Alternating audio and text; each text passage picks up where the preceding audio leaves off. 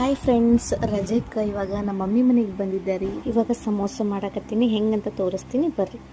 Hi ಮಾಡು, hi.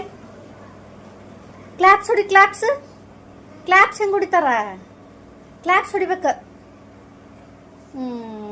ಇಲ್ಲಿ ನೋಡ್ರಿ ಫ್ರೆಂಡ್ಸ್, ಫಸ್ಟ್ ನಾನು ಮೈದಾ ಹಿಟ್ಟು ಸ್ವಲ್ಪ ಗೋಧಿ ಹಿಟ್ಟನ್ನು ಗಟ್ಟಿಯಾಗಿ ನಾದ್ಕೊಂಡಿನಿ, ಸ್ವಲ್ಪ ಜೀರಿಗೆ ಹಾಕ್ಕೊಂಡು.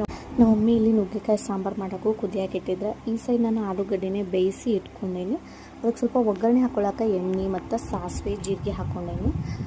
ಬೇಕಿದ್ರೆ ನೀವು ಹಸಿಮೆಣ್ಸಿನ್ಕಾಯಿನೂ ಕಟ್ ಮಾಡಿ ಹಾಕೋಬೋದು, ಬಟ್ ನಾನು ಹಸಿಮೆಣ್ಸಿನ್ಕಾಯಿ ಹಾಕೊಳ್ಳತ್ತಿಲ್ಲ, ಯಾಕಂದರೆ ನನ್ನ ಮಗಗೆ ತಿನ್ನೋಕ್ಕಾಗೋದಿಲ್ಲ. ಸೊ ಅದಕ್ಕೆ ಇಲ್ಲಿ ಸ್ವಲ್ಪ ಅರಿಶಿನ ಪುಡಿ, ಒಂದು ಸ್ವಲ್ಪ ಖಾರದ ಪುಡಿ ಮತ್ತು ಮಸಾಲ ಐಟಮ್ಸ್ ಏನಾದರೂ ನೀವು ಸ್ಪೈಸಸ್ ಆ್ಯಡ್ ಮಾಡಬೇಕು ಅಂದ್ರೆ ಮಾಡ್ಬೋದು, ಬಟ್ ಅದೇನು ಹಾಕೋಕತ್ತಿಲ್ಲ. ಜಸ್ಟ್ ಇಷ್ಟು ಹಾಕಿ ಆಲೂಗಡ್ಡೆ ಏನು ನಾನು ಕುದಿಸಿಟ್ಕೊಂಡಿದ್ನಲ್ರಿ ಅವ್ನು ಹಾಕ್ಕೊಂಡು ಇವಾಗ ಕಂಪ್ಲೀಟ್ ಆಗಿದ್ದನ್ನು ಮಿಕ್ಸ್ ಮಾಡ್ಕೊಳತ್ತೀನಿ. ಲಾಸ್ಟಿಗೆ ನಾನು ಸ್ವಲ್ಪ ಉಪ್ಪು ಹಾಕೋದು ಮರ್ತಿದ್ದೆ, ಮತ್ತು ಉಪ್ಪು ಹಾಕ್ಕೊಂತೀನಿ ನೋಡ್ರಿ ಇವಾಗ.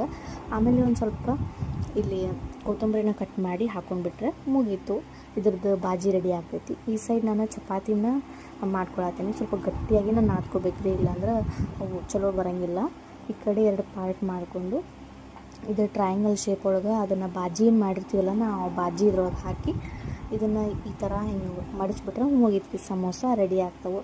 ಹೊರಗೆ ಜಾಸ್ತಿ ತಿನ್ನಿಸೋದಕ್ಕಿಂತ ಈ ರೀತಿ ಮನೆಯೊಳಗೆ ಮಾಡ್ಕೊಂಡು ತಿಂದ್ರೆ ಭಾಳಷ್ಟು ತಿನ್ಬೋದು, ಮತ್ತು ಟೇಸ್ಟ್ನೂ ಡಿಫ್ರೆಂಟ್ ಅನ್ನಿಸ್ತೈತಿ. ನಾನು ಫಸ್ಟ್ ಟೈಮೇ ಟ್ರೈ ಮಾಡಿದ್ದೆ, ಎಲ್ಲ ಚಲೋ ಬಂದಿತ್ತು ಫ್ರೆಂಡ್ಸ್. ಸ್ವಲ್ಪ ಸ್ಪೈಸಸ್ ನಾನು ಹಾಕಿದ್ದಿಲ್ಲಲ್ಲ, ಸ್ವಲ್ಪ ನಿಮ್ಮ ಮನೆಯೊಳಗೆ ಮಕ್ಕಳು ಏನಾದರೂ ಮಾಡಿಕೊಡು ಅಂತಂದಾಗ ಕ್ವಿಕ್ಕಾಗಿ ನಾನು ಮಾಡಿಕೊಡ್ಬೋದು. ಭಾಳ ಟೈಮ್ ತೊಗೊಳಂಗಿಲ್ಲ ಫ್ರೆಂಡ್ಸ್, ಇದು ಕ್ವಿಕ್ಕಾಗಿ ರೆಡಿ ಆಗ್ತೈತಿ. ಸೊ ವಿಡಿಯೋ ಇಷ್ಟ ಆಗಿದ್ದರೆ ಒಂದು ಲೈಕ್ ಮಾಡಿರಿ. Thank you.